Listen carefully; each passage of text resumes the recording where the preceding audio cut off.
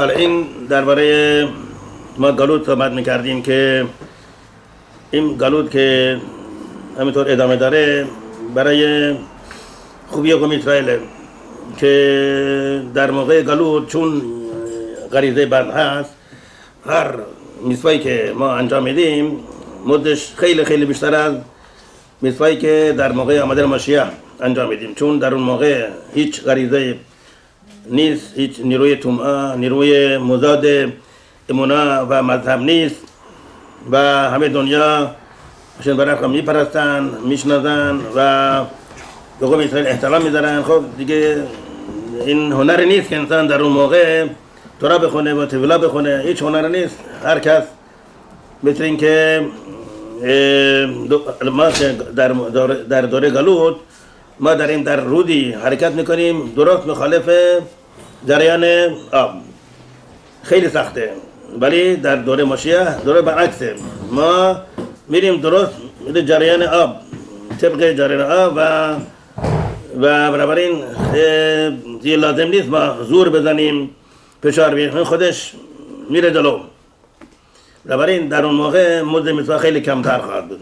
حالا بنابراین این به خاطر همینه که این گالوت طول میکشه، ولی از طرف دیگه ما بدونیم که چرا ما هستی تبلا بخونیم که هرچی زودتر این گالوت تمام بشه، ختم بشه و ما قوم اسرائیل نجات پیدا کنن.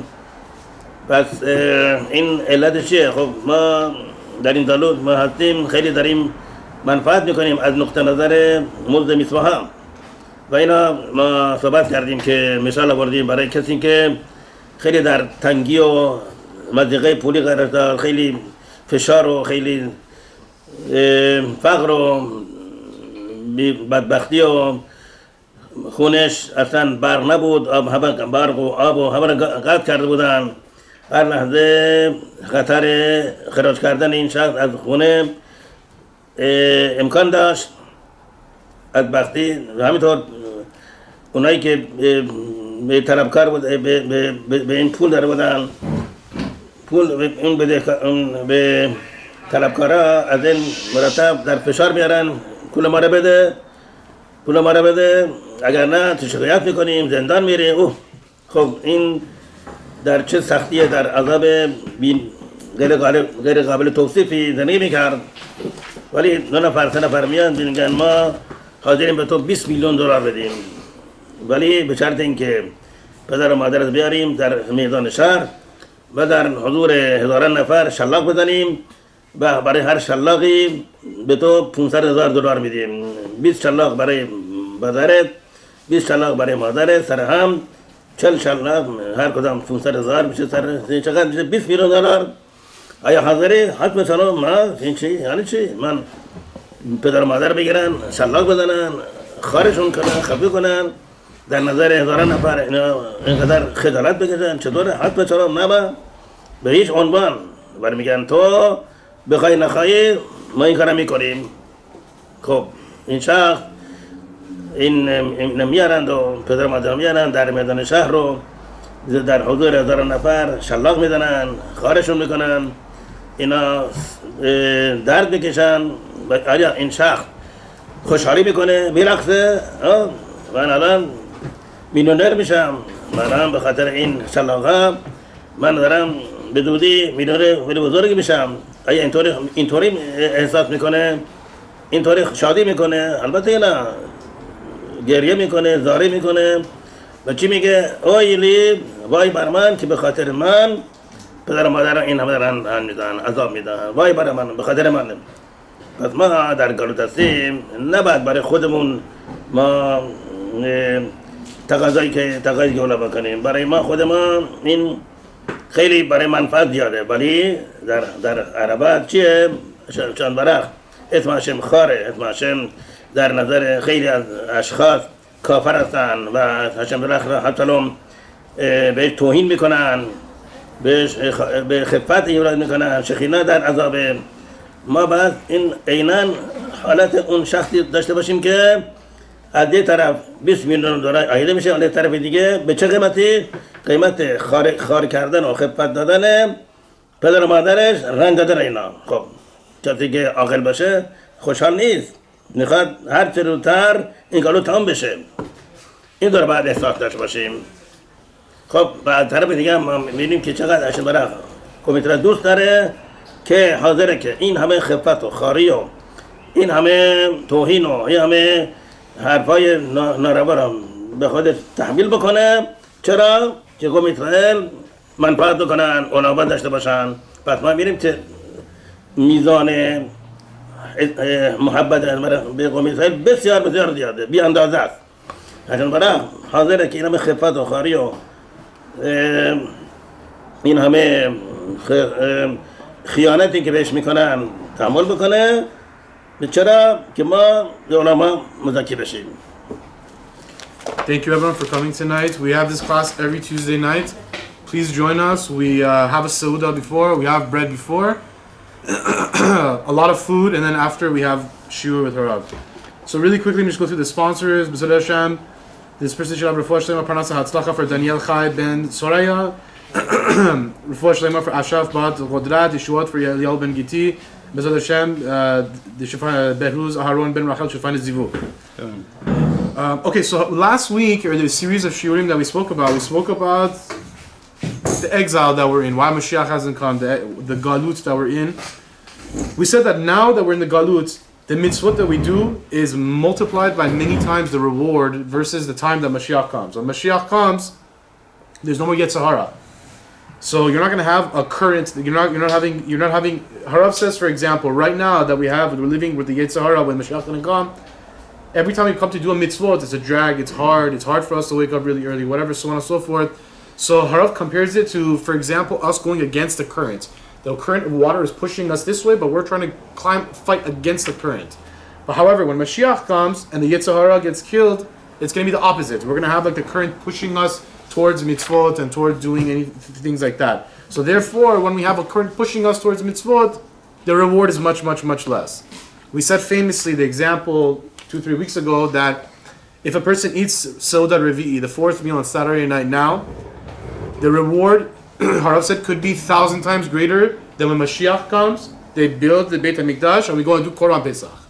Seudah Revi'i, having pizza on Saturday night, reward is 1,000 times greater than doing Korban Pesach when Mashiach comes in the Beit HaMikdash. So anyways, we see the times that we're in right now, the smallest mitzvah is multiplied, the reward is can't even be calculated.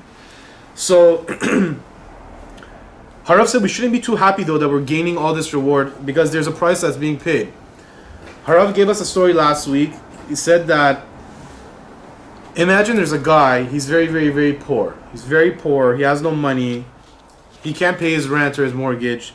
They cut off his electricity, they cut off his gas, they cut off his water. He's about to get kicked out of the house, he owes people money, loan sharks, so on and so forth.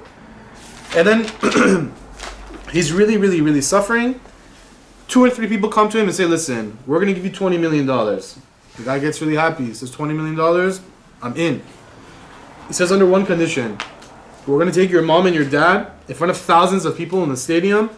We're going to put them there and start and whip them and embarrass them in front of everyone. But for every whip that we do, we'll give you $500,000. So 20 times we're going to whip your dad in public in front of everyone where he gets embarrassed. Every whip that we do will give you $500,000 and 20 for your mom. Every time we whip her in front of all those people, we'll give you $500,000. Would anybody in the right mind take the deal? Never in a million years. One hair off your mom and dad's arm, the head should even get it touched. So the deal doesn't make sense. It's not a fun deal. But they say, listen, whether you like it or not, this is what it's going to be. We're going to take your mom and dad, we're going to whip them in front of thousands of people, and we're going to give you the money as well. So Harav is saying, what does the guy think to himself? He thinks to himself, oh man, because of me, what's happening? My parents are suffering. They're getting embarrassed in front of thousands of people. He's not rejoicing over the 20 million that he's getting. The money means nothing to him. So we shouldn't also, so too like that guy, we shouldn't be so happy that we're getting this massive, massive reward. Because there's a price being paid. Hashem, Lahavdil, is like those two our parents getting embarrassed in front of thousands of people. All the people who make fun of Hashem. We'll say there's Koferim. The people who curse Hashem, laugh in his face, don't do the mitzvot, do the exact opposite of what he says, make fun of you if you're religious. All these things is as if Hashem Chas Hashem is getting embarrassed in front of thousands of people, and but yet we're gaining the reward. Because right now, where the Yetzer Hara is still here, and every mitzvah that we do is multiplied by 1,000 times the reward. خب حالا درباره این وضعیتی که در اوکراین هست اینم باید صحبت کنیم که ما باید بدونیم که تمام اتفاقات در دنیا رخ میدن همه برای قوم اسرائیل. یعنی قوم اسرائیل باید از این اتفاقات مختلف یک پندی اندرزی یک عبرت بگیرن، یک نتیجه بگیرن و شروع کنن به جستجو در اعمال که اینا چه کاری باید بکنن نمیکنن، چه کاری باید بکنن میکنن و هرچی که قوم اسرائیل بیشتر تجربه بکنه، بیشتر به هشم نزدیکتر بشه، این اوضاع دنیا به نفع قوم اسرائیل تمام میشه. ما درباره هولوکاست صحبت کردیم که اصلا خود رسیدن به سلطنت، به حکومت رسیدن نازی ها بوده معجزه بوده، معجزه است. این موضوع عادی نبود، معجزه بوده به خاطر شنورا، چون این اونهایی که در هولوکاست نابود شدن اینها از گیلگول‌های قبل حسابه داشتن که باستی برای رسیدن به عالم حبا یک مراحل تنبیه و مجادلت طی بکنن تا مذاکی بشن به عالم حبا. این برنامه اکبر اینطوری بود که قوم اسرائیل در این دوره هولوکاست اونها به نتیجه سعادت ابدی برسن. این همه برنامه اینطور بود. منتها چی؟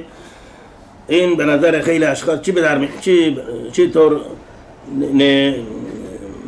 به نظر میاد، چطور یه حتی لو مشهد برخ قوم اسرائیل را در عذاب و در شکنجه و در انواع قسم رنجها و عذابها قرار داد و متی که حتی لو مشهد برخ اصلا بهش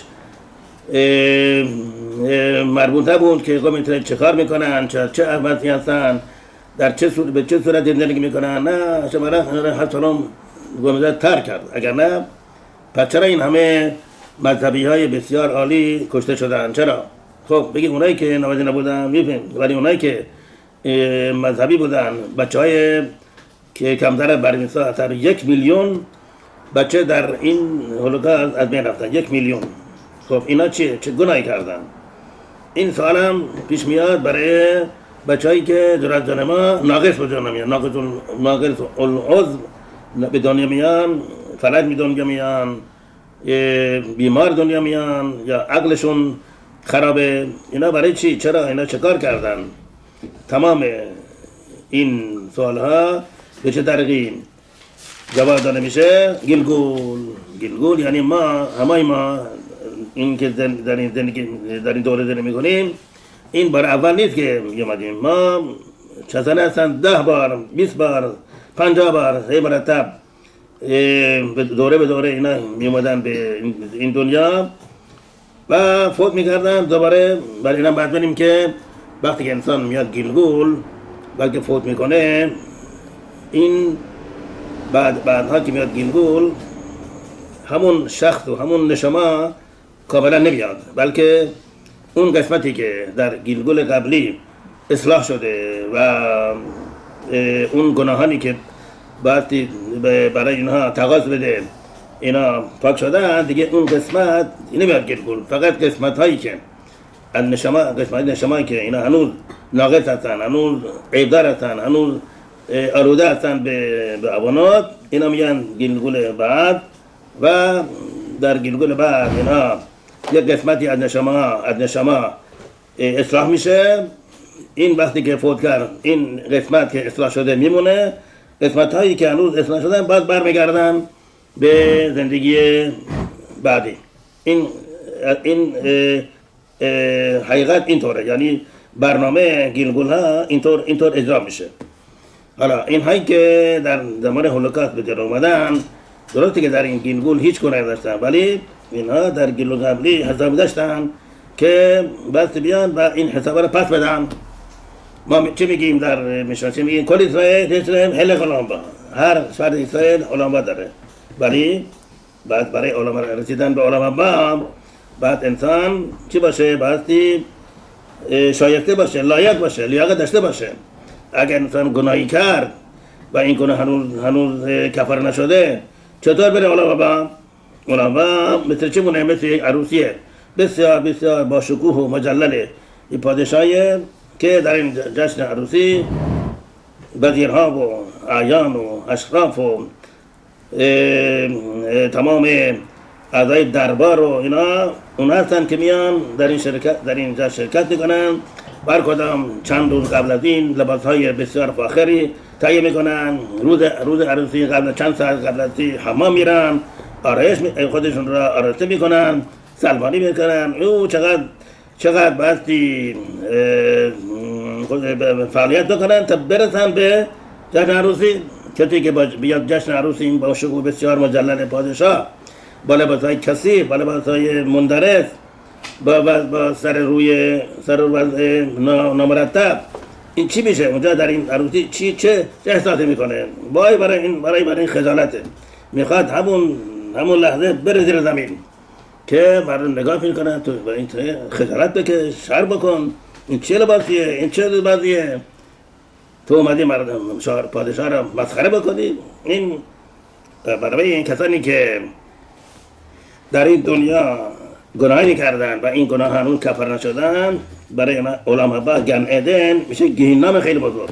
بعد چطور بشه؟ بعد تمام گناه ها پاک بشن، اینا همه کفاره بشن، یا به خاطر یا به وسیله تنید گرفتن، تجربه کردن، یا اگر نه بیان گیلگول و انواع اقسام سختی را بکشن تا اینا مستعد بشن برای رسیدن به گن ادن علما.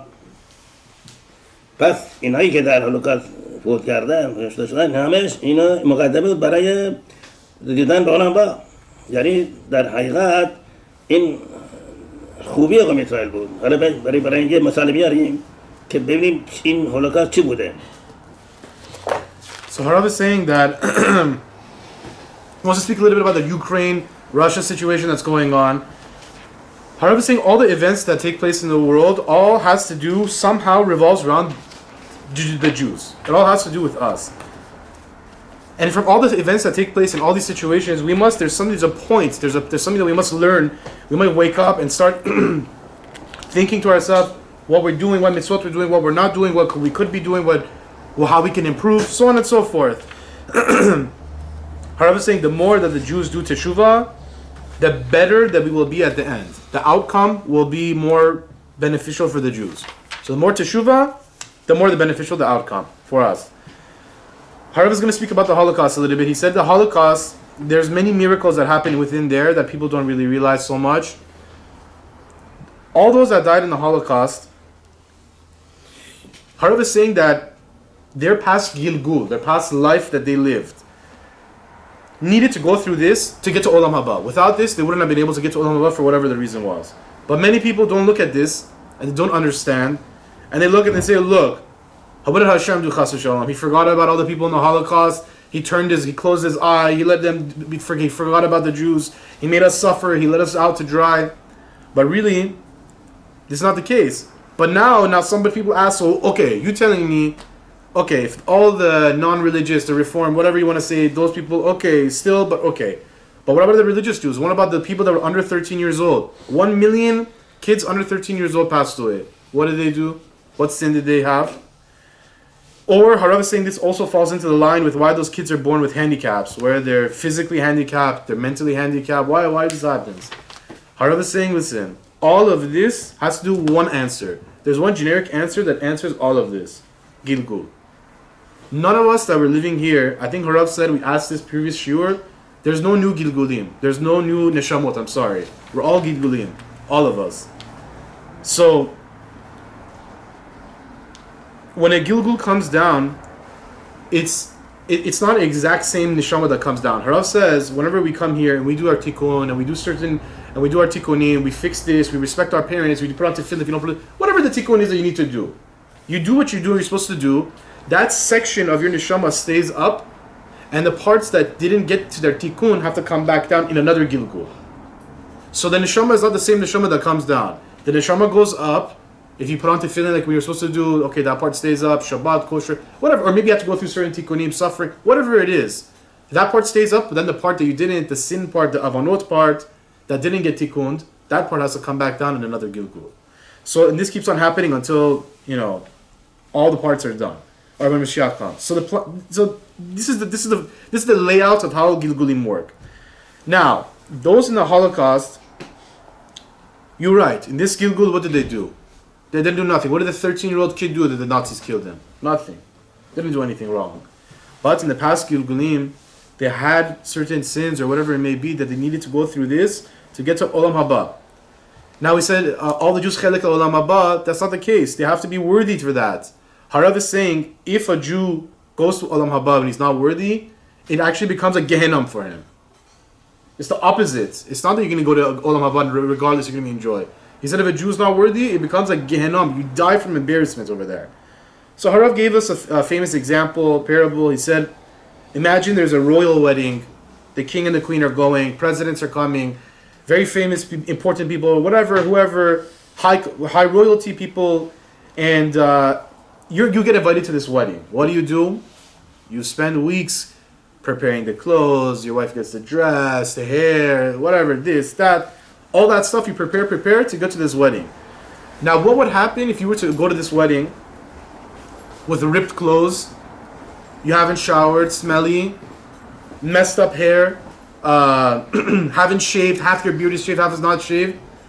The second you would walk in there to such a royal place, you would melt. You see all the people dressed in the nicest clothes and then wearing the most pure and nice outfits, and you're wearing here smelly, half-shaven beard, look funny, smelly. You're going to die from embarrassment. Harav is saying this is the same thing. If a neshama has to come down here to get to their tikkun so that they can go to Gan Eden and not be that embarrassed guy in that royal wedding, they need to go through this.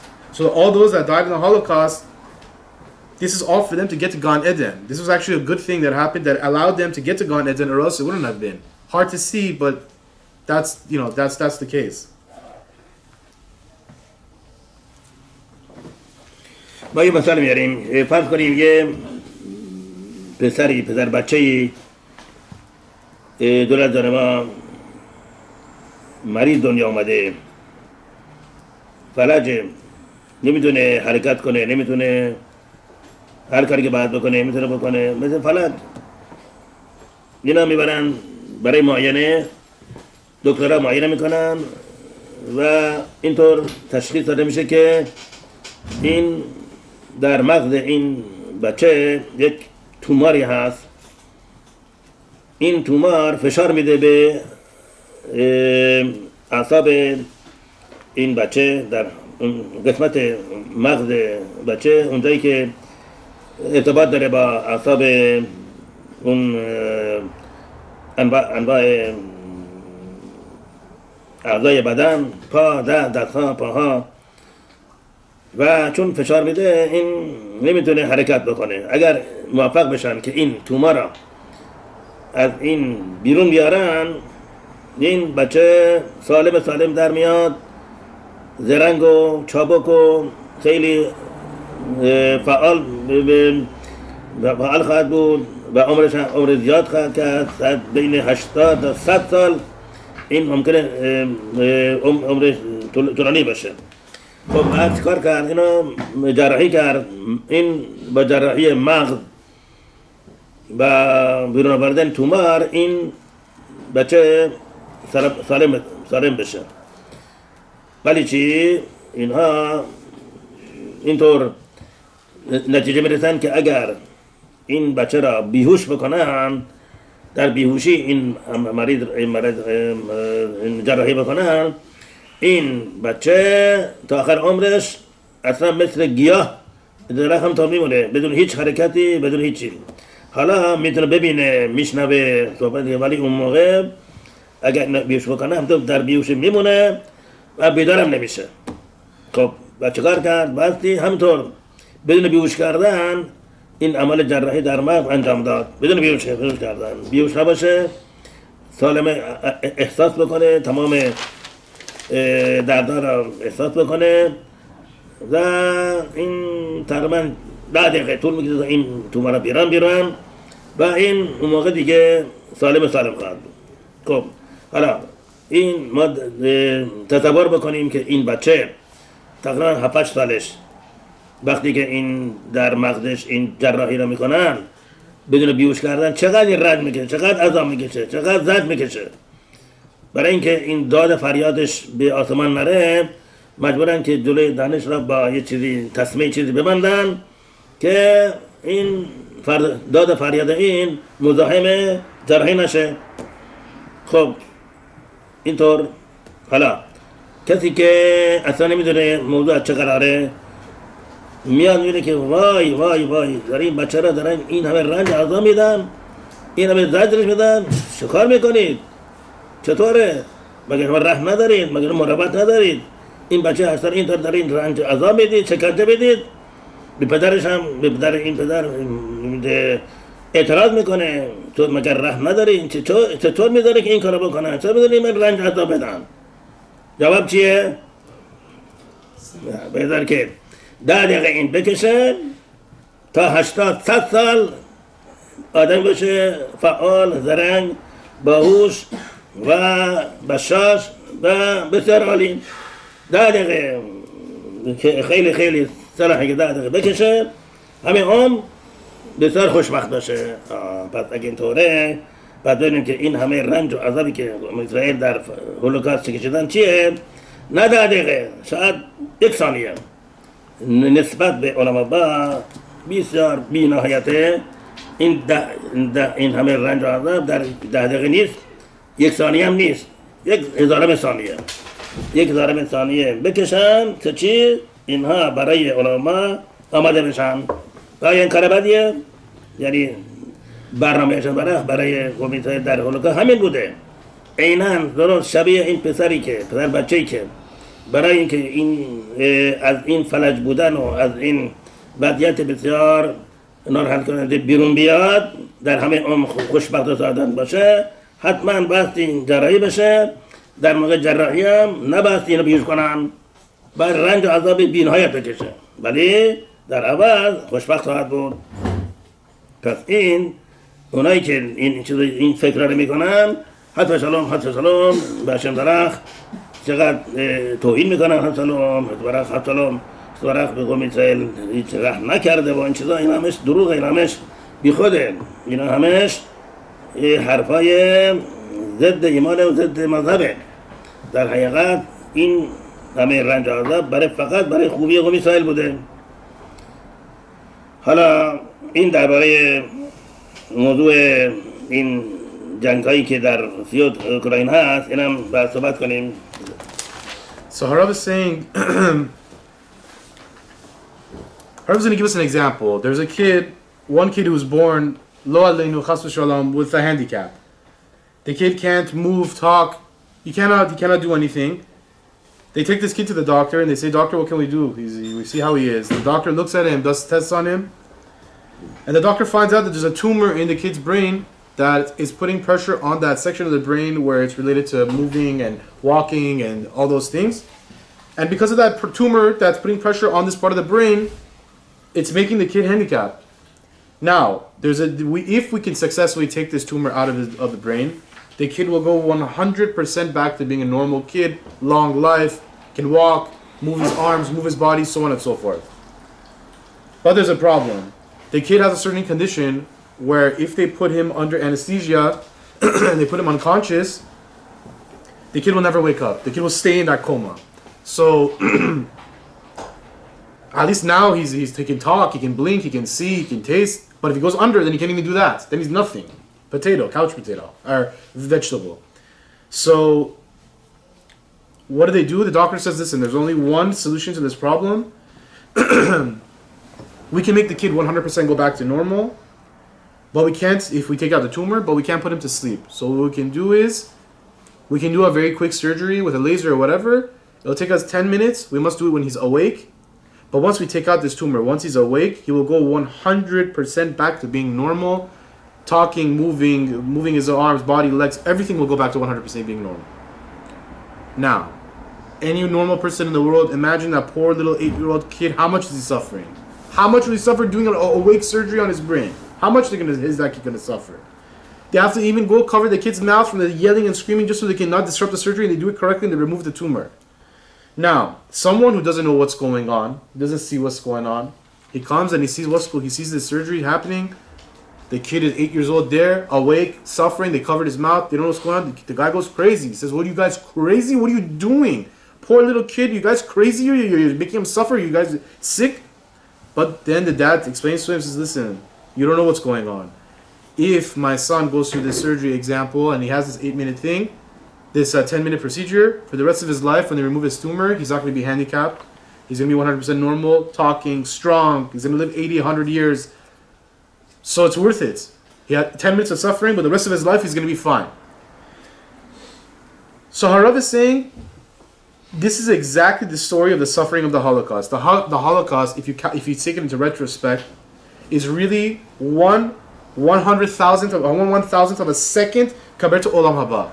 That whole suffering that happened there, it's not worth it to go that 1 through 1,000th of suffering for eternity of Olam Haba.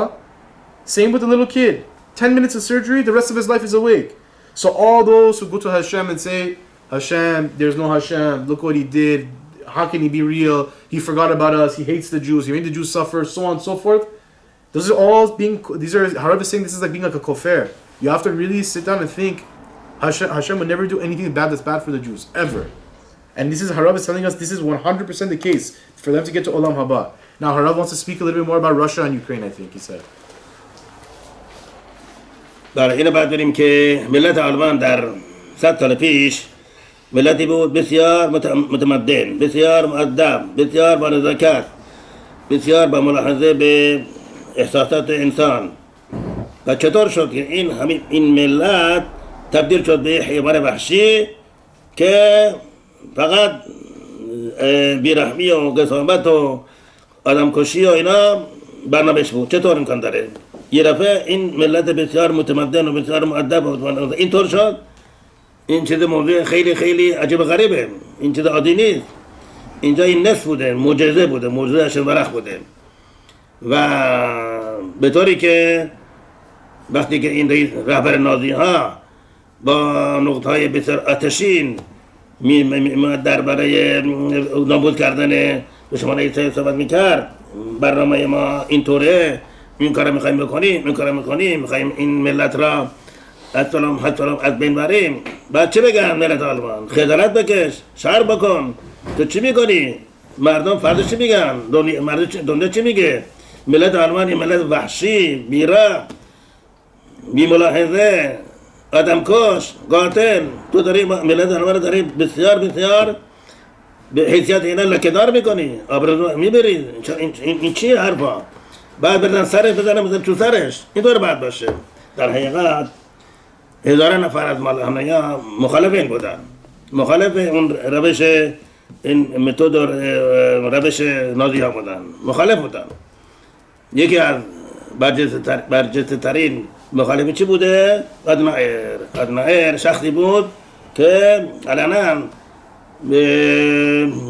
بر علیه روش نازی ها این شکایت میکرد، شاکی بود.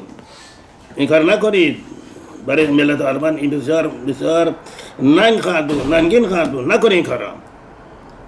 خب متاسفانه این اکثر 90% از آلمانی‌ها با اینطور با این موافق نبودن. همین آدنایر بعداً شد رئیس صدر اعظم آلمان. خب حالا چی شد اینجا؟ چون برای کاری کرد که همون ملت بسیار متمدن و بسیار مؤدب تبدیل بشه به یک حیوان وحشی.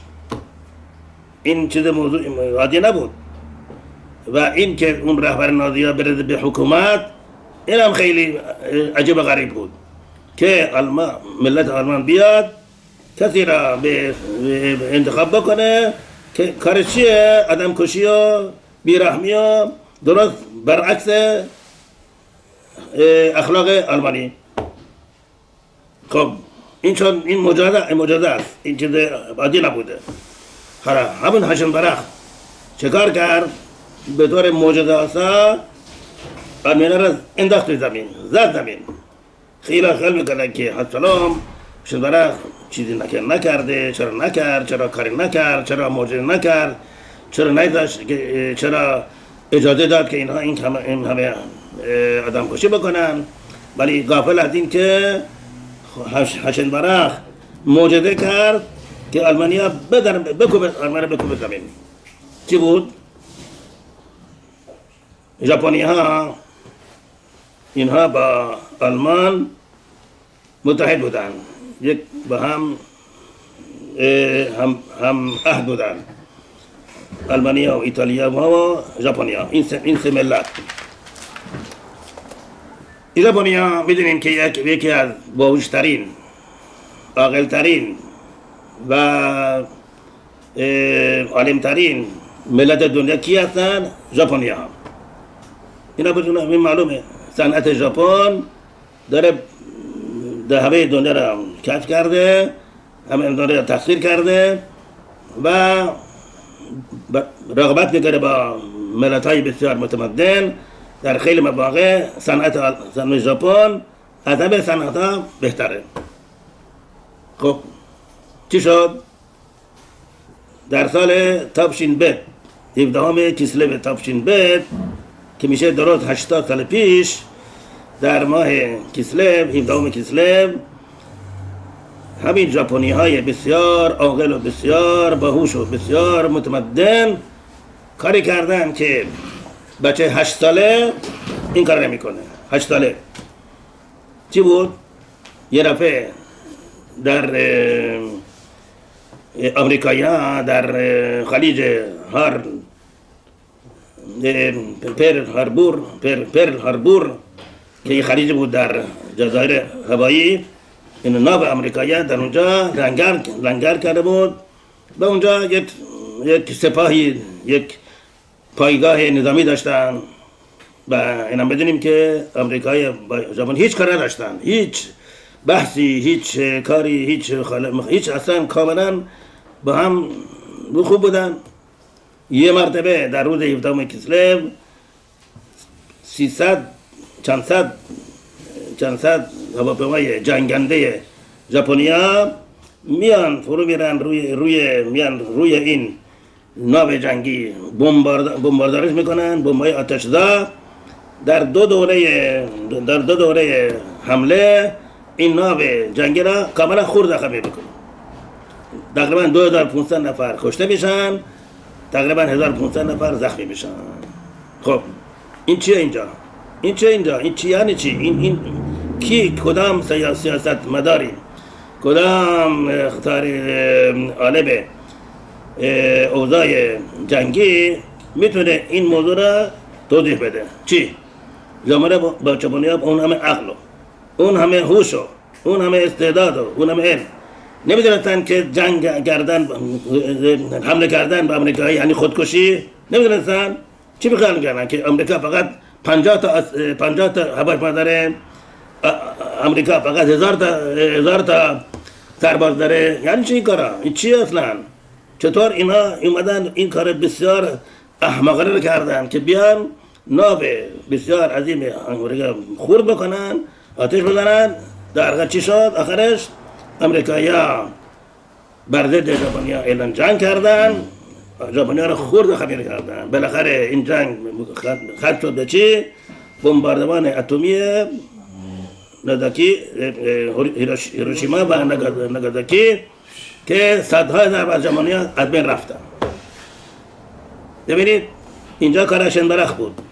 همون ژاپنی‌های بسیار عاقل عقلشون پرید، شدن یک بچه 4 ساله که نمیدونه امریکا چقدر قدرت داره، چقدر سرباز داره، چقدر هواپیما داره. هیچی خیال می‌کرده امریکایی فقط 50 تا هواپیما داره، 50 تا تانک داره، 1000 سرباز داره، پس بریم اینا رو بزنیم اینا رو ببریم بریم بر آمریکا مسلط بشیم. این فکر ژاپنی‌ها ملت بسیار متمدن، بسیار عاقل. اینا معجزه نبود؟ معجزه بود. معجزه سمرخ بود که این ژاپنی‌ها بیان حمله بکنن، آمریکا بر ضد اینها جنگ بکنه، آلمانی هم بیان بر ضد آمریکا اعلان جنگ بکنن، آمریکا بیاد جلو همه را به تار مار بکنه، همه را کنه. اگر آمریکا داخل جنگ نمی شدن حد به سلام آلمانی میرفتن جلو، میرفتن خیلی از جماعت قومی اسرائیل را حد سلام نابود میکردن. ولی اشتباه معجزه کرد که عقل ژاپنی هایی که بسیار عاقل بودن پرانید شدن. یه بچه 4 ساله عیناً کار بچه 4 ساله. همینطور آلمانی ها با اون همه علم، با اون همه دانایی، با اون همه عقل و چیکار کردن؟ بر ضد آمریکا ایران جنگ زدن. وای براشون احمقای بی عقل. چیه برای ضد آمریکا ایران جنگ میکنید؟ چه کار میکنید شما؟ اینها آمریکایی‌ها این فقط یک کشور نیست، تقریبا 60 کشوره. اینا دنیا رو جلو بدن تو سرتون. یعنی چه این کارا؟ همینطور شده برای عقل آلمانی هم پرانید. این هم شدن بچه 4 ساله. چرا؟ چه قوم اسرائیل نجات پیدا کنن. پس ما چه بینیم؟ وقتی که قوم اسرائیل به هشم نزدیک بشن، هر چیزی که شد برای فرمان داده انجام بدن، شد برای عقل ملت های دنیا هم میپرانه بر به نفع قوم اسرائیل. پس ما نباید از هیچ دولتی، از هیچ حکومتی، از هیچ نیروی بترسیم، بلکه فقط هشم برای.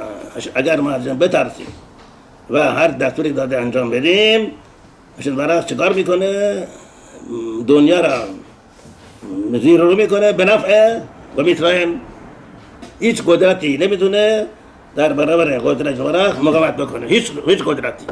ولی حتی هم اگر قوم اسرائیل شبه نکنن، فرمان اسرائیل انجام ندن، حتی سلام درست برعکس میشه برای دشمن اسرائیل. همه دنیا زیر رو میشه به ضرر دشمن اسرائیل. Harav is saying, he wants to speak a little bit about Russia and Ukraine. To speak about it, Harav is saying, Germany 100 years ago, how was it? It was a super modern, flourishing manufacturing. Germany was known for quality. They were a good country. How did all of a sudden everyone become crazy and all of a sudden 2 screws get loose? They want to start killing everyone, kill the Jews, kill this, kill that. Harav is saying this is 100% a miracle that the Nazi people, who are all this super modern, flourishing country, all of a sudden hit themselves into the head and says we're going to become annihilators, we're going to become assassins and kill as much as we can in the most disgusting way. Normally, if the Nazis would have came up and said such a thing, we want to go torture the Jews, make a whole camps and put them in carts and do all this. What would people turn to say? Especially people like maybe normal, modern, flourishing country, they'll say, listen, you crazy? You want to go do this with people? What are you, an animal, barbaric? Normally if people say this, the normal reaction would be, you're crazy, get out of here. We're not living in these times. What really happened is thousands of people did actually were against it, but Hashem made a miracle that all of a sudden everybody hit themselves in the head. We wanted to become barbaric and start killing Jews like crazy. Harav said there was a famous guy who was also super against the Nazi party. He ended up becoming one of a chief commander. His name was Adnael. Conrad Ednal. He became a Conrad at the end. Anyways, I don't know how Harav knows all this stuff, history.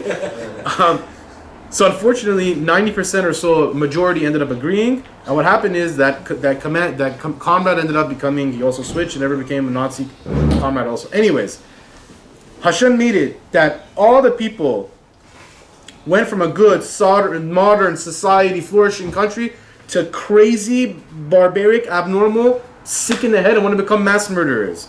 Hashem also made a miracle. Another miracle that happened is that the Germans brought this crazy serial killer to power. Normally, if a killer like this comes, people will say, this guy's crazy. Why would he want him to come and become in power? No, we will pass. What happened? All the Germans said, you know what, let's bring this guy to power. This guy's right. He's good. We like him. Hashem also did another miracle that the people don't realize. Harav is saying that the amount of miracles that happened with the Holocaust. Another miracle that the Nazis lost. The Nazis were winning everywhere. They were going through and taking over as they were going.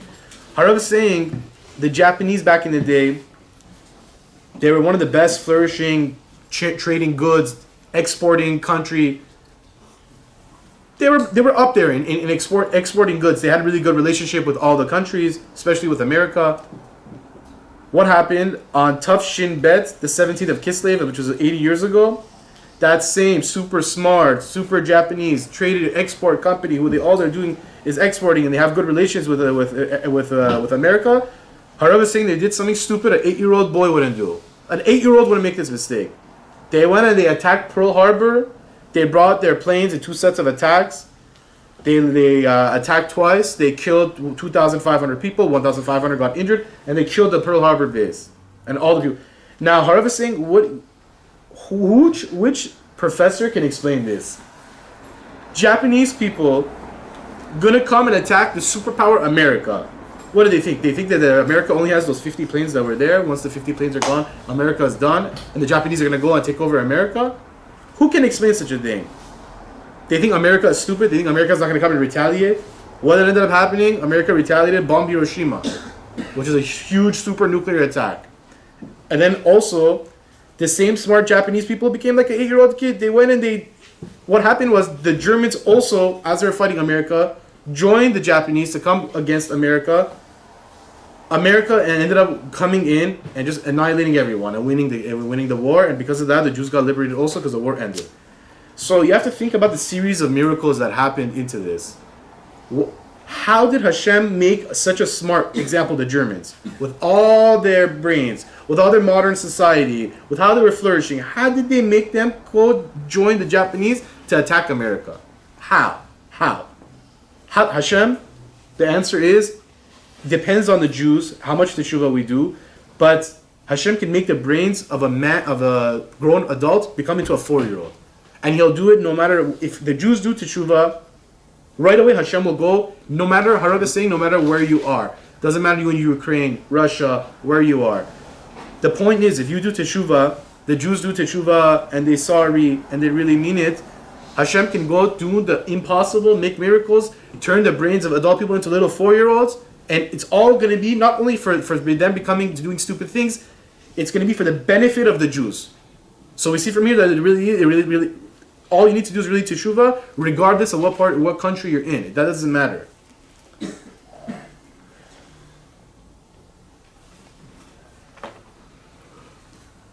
بله پس ما اینجا نتیجه میگیریم که تشوبه کردن این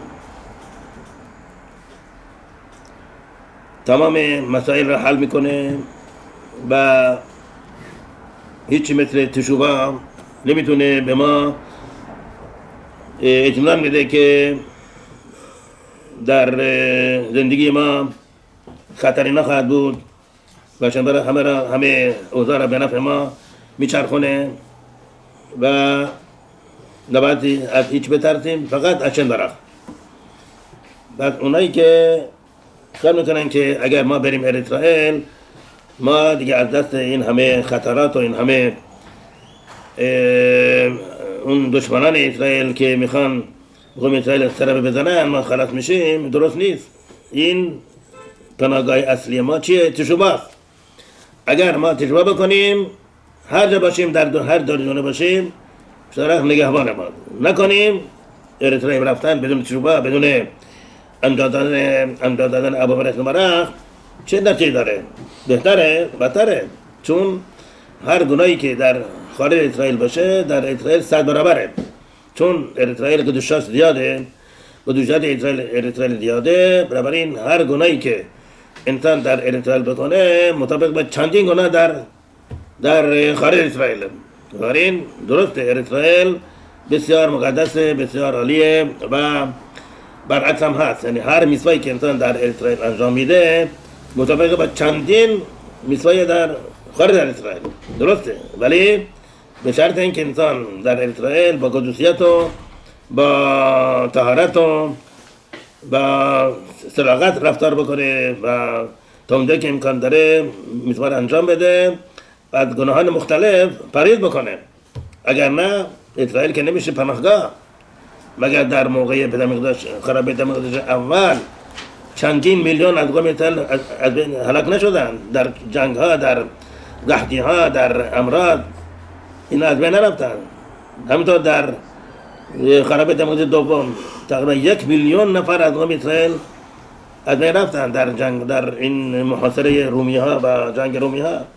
همینطور در 52 سال بعد از این در شهر بیتر اونجا چند هزار زندگی میکردن، متاسفانه همشون کشته شدن. خب این در اسرائیل نبود، در اسرائیل بود، ولی اوانات باعث میشن که قوم اسرائیل تنبیه بشه، مجازات بشه. برعکس تشوبه باعث میشه که قوم اسرائیل از هر گونه خطر و حادثه ناگوار نجات پیدا کنه. Harav is saying we see that Teshuvah is the only way to solve all the problems. Teshuvah. Nothing like Teshuvah gives us more salvation to the Jews and makes us everything go our way. And only being scared of Hashem. Don't be scared of anything else. People think, oh, let's move to Israel. Israel more safe. We better over there. Harav is saying this is the exact opposite. If you're not doing Teshuvah and you're just running away to Israel without doing Teshuvah, it's actually worse because every sin that's done in Israel, it counts much, much more than the sins done than outside of Israel. Because Israel is a very holy land. So it's actually worse to go there without doing Teshuvah. Also the opposite is there. Every mitzvah that's done in Israel is much, much more than the mitzvah done here, but you have to take into consideration if you're going to do any averot or not, is it worth it for you?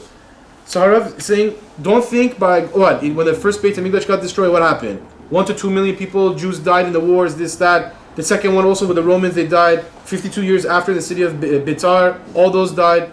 So running away or going to Israel is not the answer at all, no matter where you are. The only thing you should be scared about is Hashem. Teshuvah is the only solution, regardless of where you are, Ukraine, Russia, here, there, no problem, no matter where you are. If you do Teshuvah, like we said before with the Holocaust, Hashem will make a grown man, his brain turn into a 4-year-old and do something that's good for the Jews.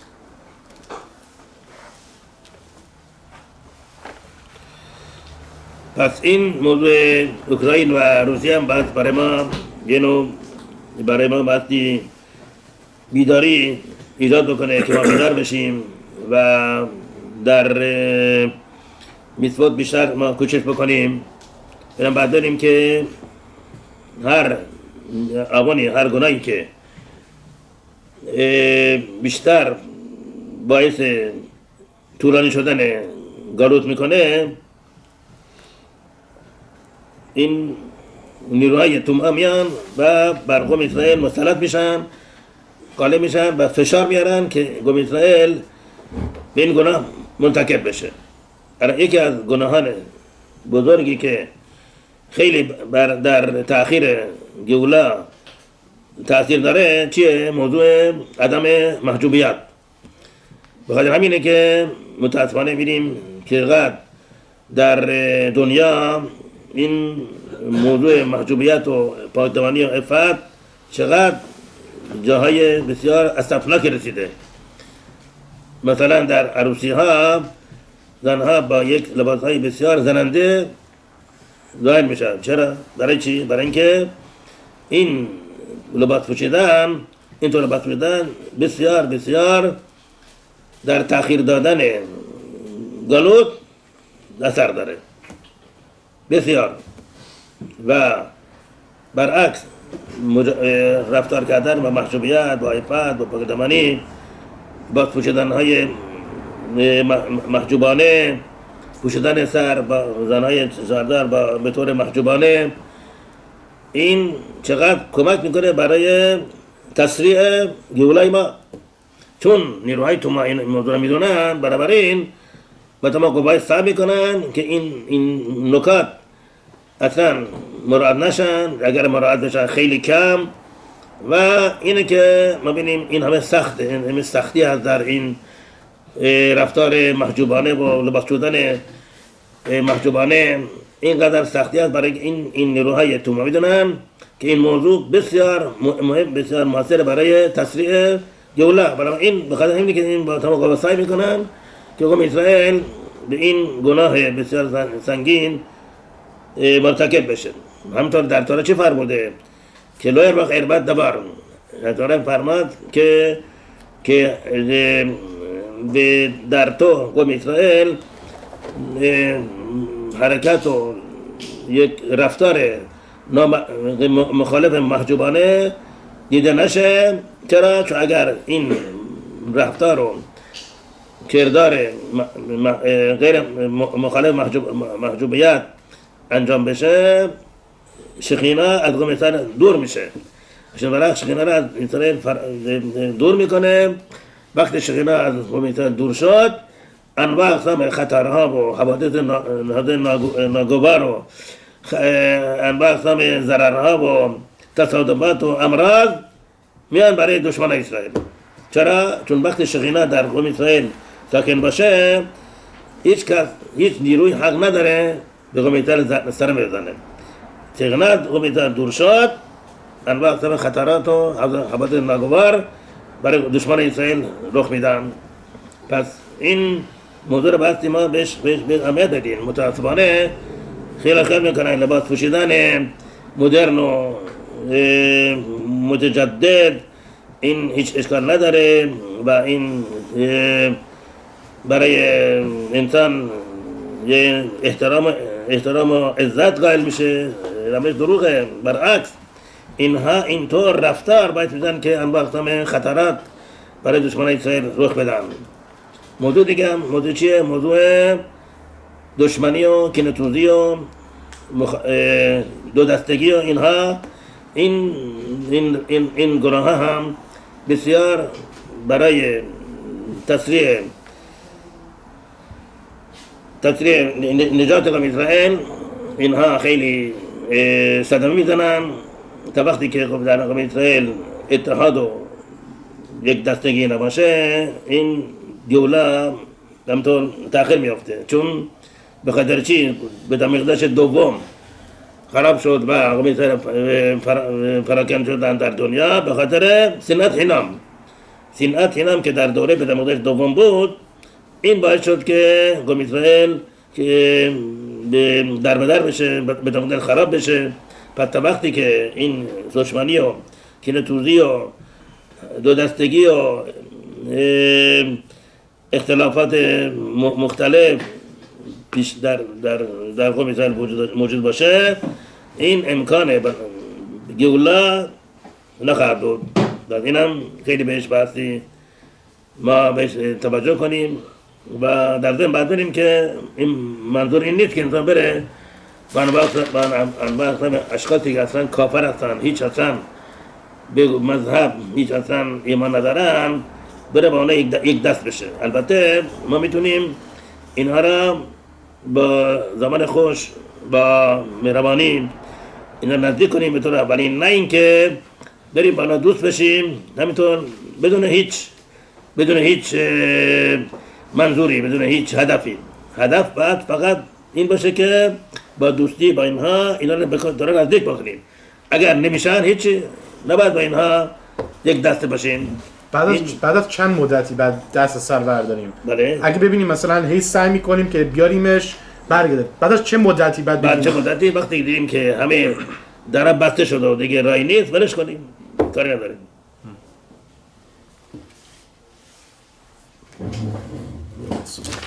So Harav is also saying that with the Ukraine and the Russia situation that's going on right now, we must wake up. There's a reason that this is happening. Like we said, all the events that take place in the world is because of the Jews. Harav said this before. So every sin that causes the Geulah to come later, it makes the Tumah or the Klipot or whatever you want to call it come, and these Tumah and these Klipot come and cause suffering and they bring damage to the Jews, the enemies of the Jews, I should say. One big sin that causes this, that brings the most amount of Tumah, is the lack of modesty. Harav said this many times. He said, for example, when you go to a wedding, he says the way that the women come dressed is extremely unmodest, and that itself delays the Mashiach big time. and also creates the Tuma and the Klipot and all those things. However, the opposite also, by acting modest, covering your hair with a tichel, those that are married, not with a wig, Harav holds that. This helps significantly. He said, Harav said this many times. Said, listen, these Tuma, Klipot things, they know that if you go and you cover your hair, they're gonna die and they can't attack you anymore. Their sole purpose is to bother the enemies of the Jews. I don't want to say the thing, enemies of the Jews. So now, they know they can do whatever they possibly can to survive. Just like if you're underwater and you quickly want to get up so you can breathe and survive, they want to do whatever they can possibly do to survive. Now, they come and they make it in a way where, oh, it's ugly and I don't feel comfortable and I'm not self-conscious and yada, yada, yada. All because if the second you act modest, they're going to die and they cannot control over you anymore. And they know this, that they're going to come. And when the Geula comes, they're gone. So they do whatever they can to delay the Geula so they can live as long as they possibly can. The Torah also says, Harav gave the pasuk in Hebrew, he said, don't act unmodestly or else the Shekhinah will distance itself from you. And all the damage, accidents, car accidents, losses, business goes down, all of this is because the Shekhinah left the Jews, and we said because of lack of modesty. And also, Harav said, another thing that's very important is making, and if you make chas v'shalom, make enemies or hold grudges or bear a grudge in your heart against another Jew. This extremely affects the Geula big time. Harav said the second Beit HaMikdash was destroyed. Why? Because of sinat chinam, hatred, in Farsi hikchi nesuzi, holding a grudge, getting upset at each other. If we want the Geula to come, this has to go away. Now, this doesn't mean go to every kofar there is and start hanging out with them and become one with them and be buddies with them. If you can go with nice words and slowly bring them to Torah and Judaism, fine. But if you see whatever you do they don't, then you shouldn't go and be one with them. This doesn't apply to that as well.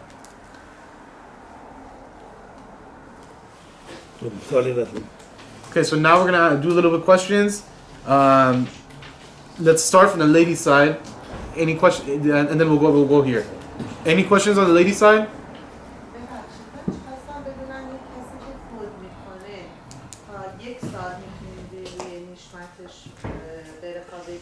بله.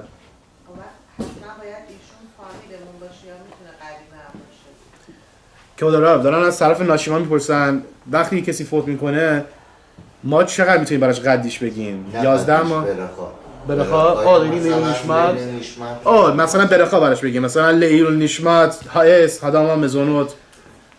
ما تا چه مدتی میتونیم براش برخات بگیم؟ تا 1 سال 12 ماه یعنی بعد از اون دیگه نمیشه؟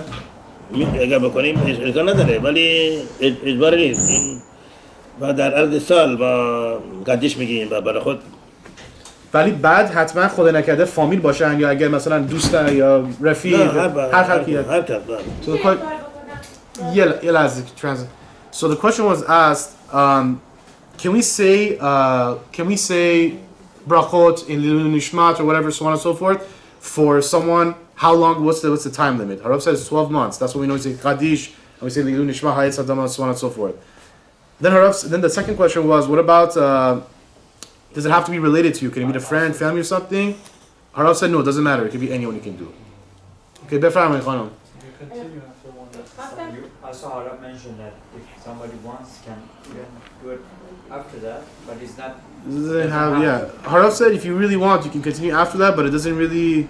Just the day of the Yorkshire, the week. No, Harav said you can do after, but he doesn't. He said it doesn't have the same effect as the first 12 months. That's if you really, really want to do it, you can do it.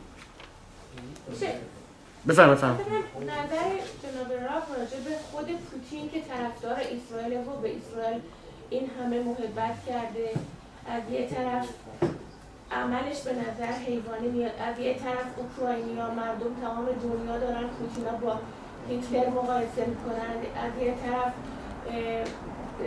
رئیس جمهور اوکراین جویشه ولی خب جویش مذهبی نیست، ولی مردم همه دارن الان ضد پوتین مثل هیتلر دارن بهش میاد. خواستم من نظر جناب راف راجع به پوتین خیلی خدمت بزرگی همین اواخر به اسرائیل کرد. یکی از تمام این اسرار اسامی ایران را پوتین به اسرائیل داد. پوتین اجازه میده که اسرائیل تو سوریه تمام دشمناش رو بکوبه، ایران رو بکوبه. ولی الان دنیا همه با مثل مثل هیتلر دارن بهش نگاه میکنن. خواستم من نظر شما راجع به پوتین، خود شخص پوتین چیه؟ کودارا دارم از طرف ناشی میپرسن، میگن نظر شما رو میخوان راجع به پوتین رئیس جمهور روس. میگه که الان همه دارن میگن او این مثل هیتلر، این داره همه رو میکشه و این و اون، ولی راستی خیلی خدمت هم به اسرائیل کرد پوتین رئیس جمهور روسی. بله. ولی مثلا الان که داره میره توی یوکرین و داره همه رو میکشه و ور میداره، همه دارن میگن او این مثل ناسیا هست و این اینجوریه. نظر شما رو میخوام بگم چون که این راستی خدمت هم به اسرائیل کرد. به نظر شما این آدم خوبیه بدیه؟ یعنی نظر شما رو میخوام. رئیس جمهور اوکراین. خب اینو برین و رئیس جمهور یوکرین هم میگن که اسرائیل ولی ریفورمه. بله. پس اون چیه مثلا؟ نظر شما رو میخوام که اون خوبه بده؟ بله اینو بدونیم که در پاسخ هست که میگه لب ملخ بیاد هشم، قلب پادشاه این در قرار داره در تحت نظر هشم برخ. یعنی هشم برخ به قلب یک پادشاهی این افکار میانده که این کارا بکن، اون کارا بکن، اینا بکش، این همه از جانب هشم برخه.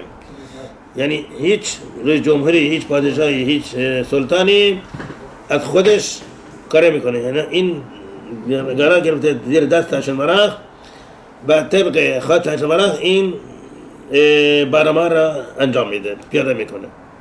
این فقط جانب هشم برخه. حالا ما بگیم چی خوبه خوب نیست، این همه از جانب هشم برخ اتفاق میفته و این هر کاری میکنه مال خودش نیست بلکه از جانب برخه. برای شما چی فکر میکنید که روسیه پیروز میشه؟ شما چی فکر میکنید که عاقبت این جنگ چی میشه؟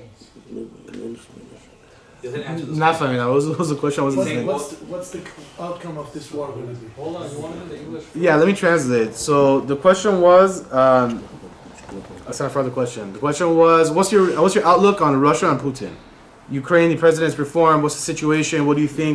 Harav said, listen, there's a pasuk that says in the Torah that the heart of the president is really controlled by Hashem. Hashem puts it in his brain and his heart, go do this, go do that, do this, do that. And the president or the king or whatever does whatever Hashem wants. So you can't really say who's good, who's bad. Hashem puts it in their brain to do what they're doing. Hashem decides what they do.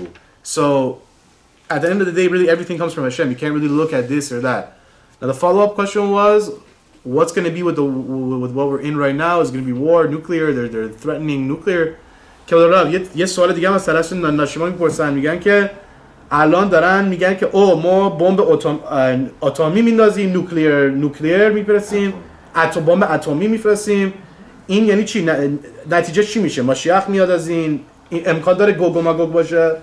نه ولی این گوگ و ماگوگ خیلی خیال میکنن که هر جنگی میشه این گوگ و ماگوگه. نه دونی همونطور در جنگ جهانی دوم میگن این گوگ و ماگوگه. بعد این گوگ هر چند سالی گوگ ماگوگ میشه. این چیه؟ چون میگن گوگ و ماگوگ، جنگ گوگ و ماگوگ تو 9 دقیقه تموم میشه. همچین چیزی نمیگه، یه نظری هست که توی 9 دقیقه گرا میگه، مثل اینکه گران میگه که گوگ و ماگوگ 9 دقیقه طول میکشه جنگ گوگ و ماگوگ. نه خب چند چیزی گفته شده ولی ما داریم که این همون که در نبی گفته شده گوگ و ماگوگ چه موقع خواهد بود؟ بعد آمدن ماشیخ که اومد قوم اسرائیل از همه دنیا اومدن اسرائیل. ماشیخ بن یوسف یا بن داوید؟ بن داوید. اون موقع گوگ و ماگوگ از همه دنیا میان بر علیه ماشیخ جنگ بکنن. اون موقع میشه گوگ و ماگوگ، نه حالا. نه اول ماشیخ میاد. So the answer is pretty funny. We're not there yet. So Harav is saying, look, the whole Russia-Ukraine thing, nuclear weapons, this, that. Harav is saying, look, every war that ever happens, it's like Gog Magog, Gog Magog. Second World War, Gog Magog, this is Gog Magog. That's not the situation, right? Gog Magog happens once every 10, 20, 30, 50 years. It doesn't work like that. US, Iraq. US, Iraq. Harav is saying, look, it says in the Nevi'im that, ask them what, well, there's opinion that says Gog and Magog is going to take 9 minutes. What does that mean? Atomic bomb. Harav is saying, look, Gog is going to come after Mashiach ben David comes, reveals himself. Once he's there, then all the other nations are going to come against this Mashiach. So we're not there yet. So and for all those people that are thinking, oh, Gog and Magog is this, it's not the case. When Ukraine attacks Russia, when what do you say? When who attacks who? The Gaon Vilna said. When Russia enters Istanbul, that means that the Mashiach is already here. که برای گوان میلیونا میگه که وقتی روس بره در در ترکیه بله لباس لباس شبات لباس فاخر بپوشید لباس فاخر دقیقاً یعنی ماشیخ بن یوسف بن داوید خب هر کدام باشه بالاخره ماشیخه به نظر شما این الان داره میشه یا ممکنه ما نمیدونیم بعد نشونتش چیه وقتی روس بره مثلا اگه جنگ بشه روس بره توی ترکیه یعنی 100% بدونیم که ماشیخ داره میاد همچین چیزی هست اینطور شنیدم از قول اگان میدن باطلم بله Russia's right now in play. That's the crazy part. به ایران داره که با یک کشور عربی وقتی که ایران با یک کشور عربی در میفته از ایران اینجوری هم گفتن که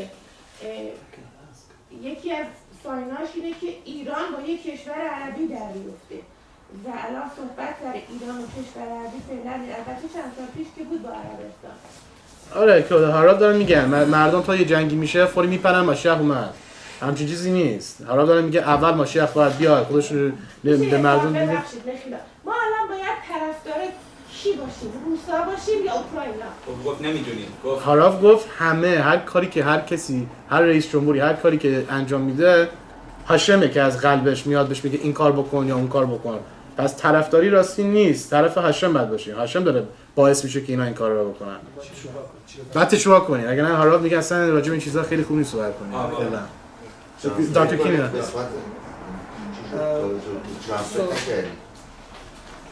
Two questions. The Holocaust of...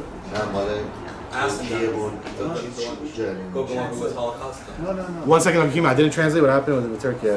The Gaon Vilna said, I didn't say this in English, that he prophesies whenever Russia enters Turkey, wear your clothes that Mashiach is coming. Wear your nice clothes. Wear your Shabbat clothes because Mashiach is coming.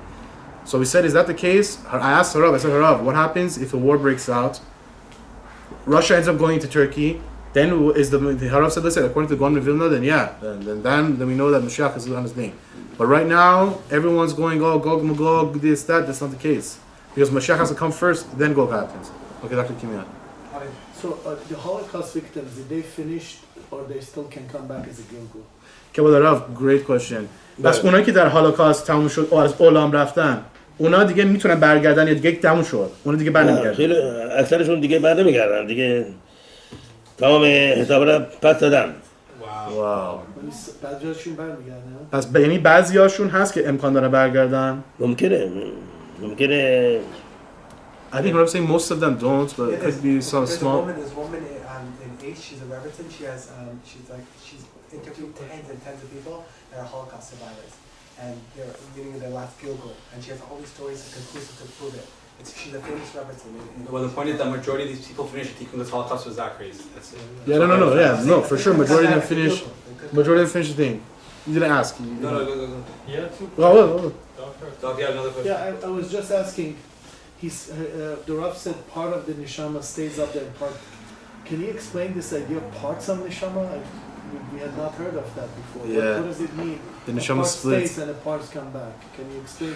Elaborate on it further. که والا ما تو شیوره گفتیم که نشماه یه جوری نصف میشه یا یه تیکش گیلگول میاد پایین اون قسمتی نشماه که تیکنوش رو انجام نداد بعد دوباره برگرده توی گیلگول یعنی همچین چیزی هست که نشماه دو نصف بشه یا سه نصف بشه بله اینا نشماه همطور که ما بدن ما 248 عضو داره همطور نشماه 248 عضو داره و اون با عضوی که ما اگر گناهی کرده باشیم اون عضو نشمه هم چی میشه؟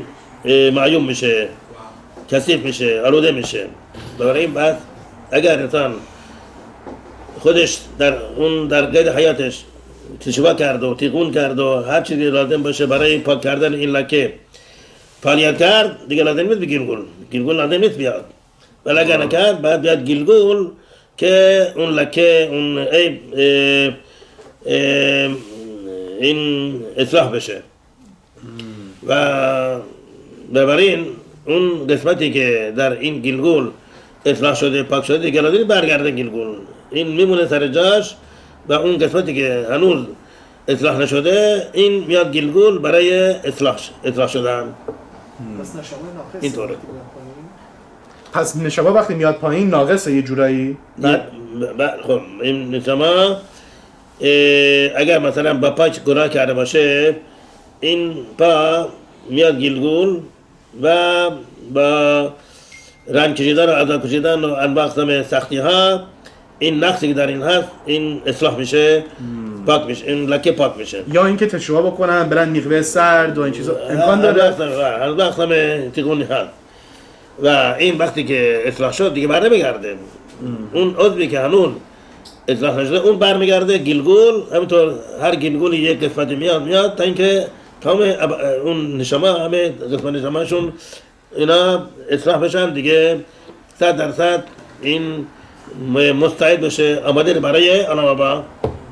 پس کل اوضاع بدنی که میاد پایین همشون قسمتشون تیکون لازم دارن چون که بله چون خب وقتی که داره که این با این یا با این اعضایی که با این اعضا گناه کرده نکرده اگر گناه کرده لازم نیست بیاد فقط اونا که اون عضوی که گناه کرده با اون گناهی کرده مرتکب شده اون میاد برای گلگول برای اصلاح.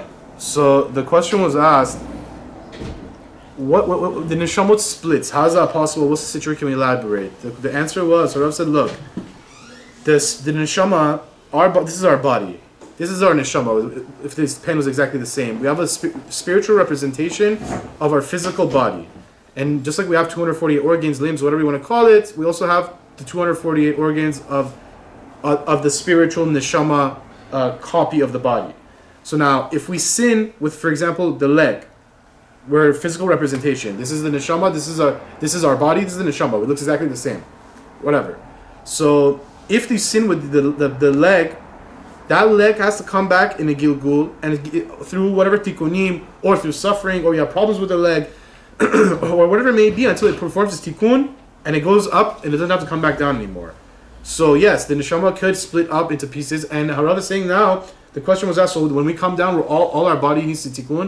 It says yes, or else if the good parts were good, they wouldn't come down anymore. Once it's a tikkun, it stays up. When we come down, we need to do a tikkun, but specifically one could be more damaged than the rest, I'm assuming.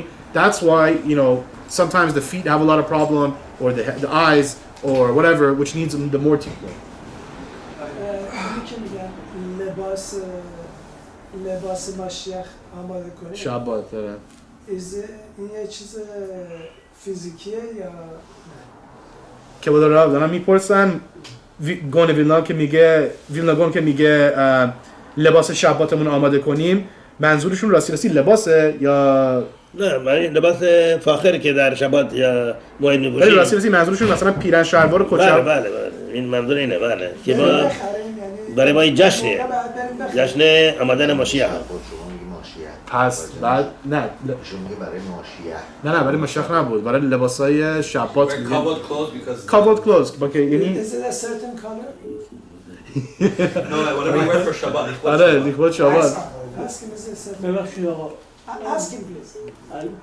اوکی 2 دقیقه آقا بعد از شور بله الان من میخوام هنوز تمام نکردیم موضوع رفتش با همینه این 2 تا مرحله وایس آقا 2 تا مرحله که من میگم 2 دقیقه 2 تا مرحله به چشم خودتون همه دیدید یکی جنگ خود آلمان زمانی که تیپولخاتان گرفتن زمانی که تشویق کردن آلمان شکست خورد میگه وقت جوابتون میده میگه به اونها اصلا هیچ تشویق نکردن حالا این یکی دیگه در نزدیکتر بگیریم 13 نفر از یشوعیا که یکیشون هم اینجا هستن میبینید خیلی بعد اینا گفتن فردا به دستور فرمانده تیربار باید بشه چی گفت جناب راهبرانش اینجا بود.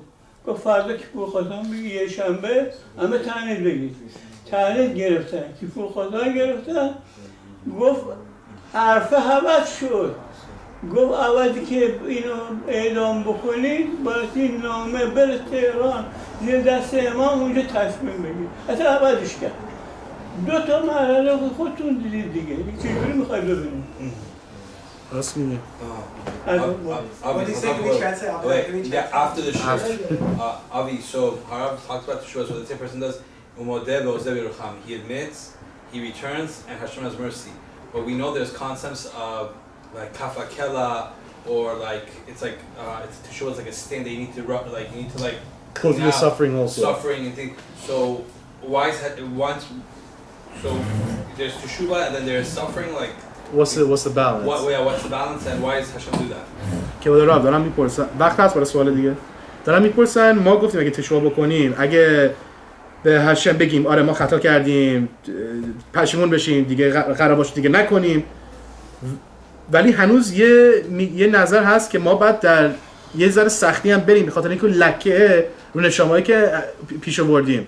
پس ما اگه تشویق بکنیم هنوز باید زجر رو باید بکشیم، یا اگه تشویق بکنیم به اندازه کافی و تیکونیم انجام بدیم زجر لازم نیست بکشیم. ببینید این زجر عذاب همونطور شما میگید برای پاک کردن لکه است. آره. و انسان اگر برای میثوات به سختی میکشه، رنج میکشه، عذاب میکشه، این هم یواش یواش این لکه را پاک میکنن.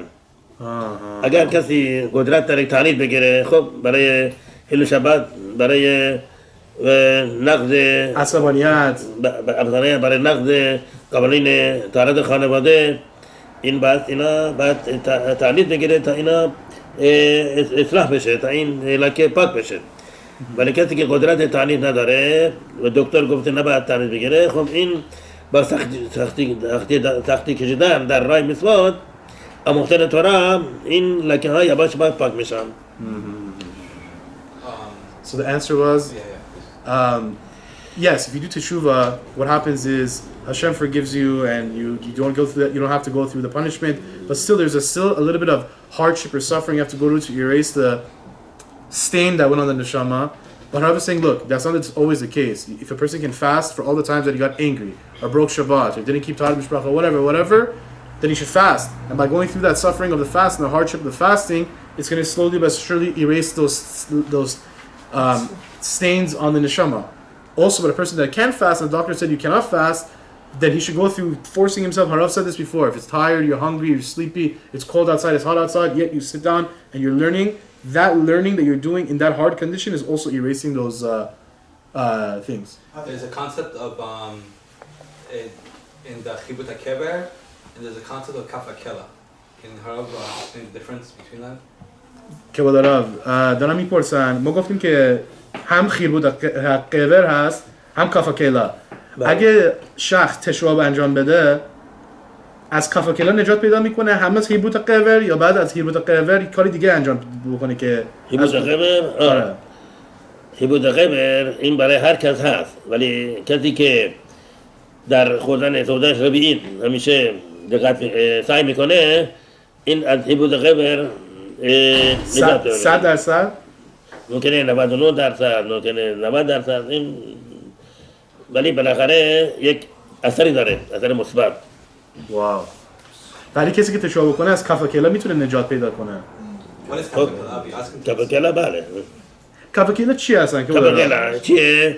که ملاخیم حبالا، ملاخیم صدمه زننده، ملاخیم موذی، آزار دهنده، اینا میان و میرن دنبال نشمایی که گناه کرده و میخوان اینو مرتب بهش ضربه میزنن، مرتب شلاق میزنن، این فرار میکنه، اینم دنبالش میاد میزنن. این کفاقالا رنج عذابش از گینه من بدتره. بیشتر. How does a person get So Harav said if you do teshuvah and you learn hard, then yeah, you can avoid going to kafakela. And Chibut HaKever, Harav said everybody has. But those that are very careful on Saturday nights, they have Seudat Revi'i, eat, bench, have the bread with wine if they can, with 3 people, zimun, all that stuff, or just eat the Suda Revi, Harav said.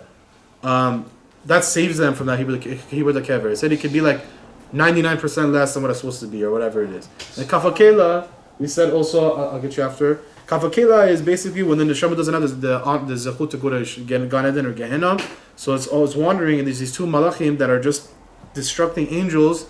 They follow that neshama. The neshama runs. These 2 malachim follow. The neshama goes. These 2 malachim follow, and all they want to do is attack this neshama. And Harav said, "Kafakela, this situation is actually worse than Gehenna." He's waiting like 10 minutes. I'll get you next time. Bachtas, but it's sort of thing. You told it again. Okay, so it's brought down. I think it's brought down in the Gemara that a person that dies on Kiddush Hashem is the highest virtue possible. That he goes to the highest heights of Shemayim and he's exempt from getting them. So I was wondering, is that specifically in the case where a person says, "Do avodah zarah or I'll kill you," and then he gives up his life for Hashem, or even if he's just walking down the street, a person sees that he's Jewish and he shoots him, and he doesn't even know. The person that gets murdered doesn't even know. He just shoots him because he's a Jew. Is that also Good question. Kiddush Hashem? کبلارا میگن که اونایی که در کیدوش هشم از عالم میرن اونا یه قسمت دارن نه گهنم توی گاندن هیچی یعنی بالاتر از این نیست در قیدوش هشم کشته بشن منظور اینه قیدوش هشم میره و یعنی یه کسی بعد به تو بیاد خاص شما بگه این بوت رو بپرست یا من میکشمت یا مثلا داری تو خیابون راه میری کیپا سیسیت پوشیدی و یه کسی به خاطر اینکه کیپا سیسیت پوشیدی طرفو مثلا میکشه همین این کسی که به دست گوی کشته باشه اون درجهش در گرده خیلی بالاست خیلی بالا. Wow, so I think Harav said both situations. As long as you die from and it's exempt from all gain. Can you ask him? Can I ask him one more? Quick. Okay, what Vilna Gaon said, was that past the teacher to student, or is that in a book? Because I looked for it, I couldn't find it. که آخرین میگن اون ویلاگون که گفت که وقتی روس بره توی ترکیه لباس شبات رو بپوشیم تو کجا نوشته این؟ تو کتاب نوشته؟ اینا شنیدم مثل اینکه دهان به دهان دهن به دهن اوکی خزاک بود ربی خانانیا عربی که عربی نخونده عربی